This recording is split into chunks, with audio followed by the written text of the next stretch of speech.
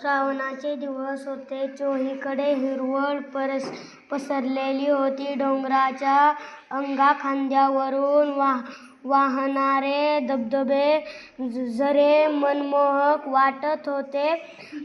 खिरेश्वर गावातील सगळा परिसर वाचूने मडवल्यागत हिरवागार झाला होता. जणू काही पृथ्वीवर नता स्वर्गच अवतरला होता.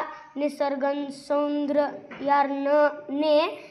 नटलेल्या या खिरेश्वर गावात 7वीत शिकणारा बाबू आई आणि बहिणीसोबत राहत होता. गावात घर होते. बाबूच्या वडिलांचे नुकतेच निधन झाले होते. त्यामुळे घरची सगळी जबाबदारी आईच्या अंगावर पडली होती.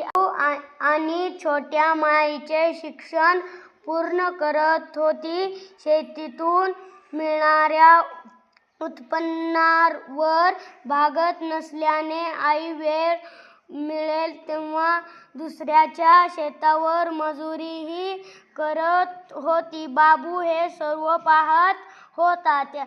त्याला आईची होणारी ससेहोलपट दिसत होती. आपल्या आईला मदत करावी असे त्याला नेहमी वाटायचे. आईचे कष्ट कमी कसे करता येतील याचा तो नेहमी विचार करायचा. आई मात्र त्याला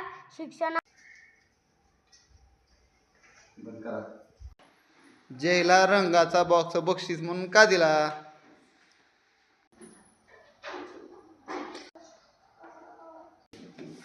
तिला अभ्यास करते, वाचते, गणित येतात, वजाबाकी येतात म्हणून ती लय वाचते आणि ते तुम्ही त्यांचं वाचून घेतलं म्हणून.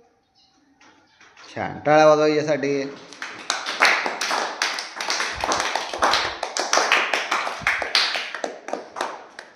छान तो दररोज घरी भरपूर वाचन करतोय. त्याचा वाचनाचा स्पीड सगळ्यात जास्त आहे म्हणून त्याला हा रंगाचा बॉक्स चित्र रंगवण्यासाठी बक्षीस दिलेला आहे. पुन्हा एकदा जयसाठी जोरात टाळ्या वाजवूया आपण.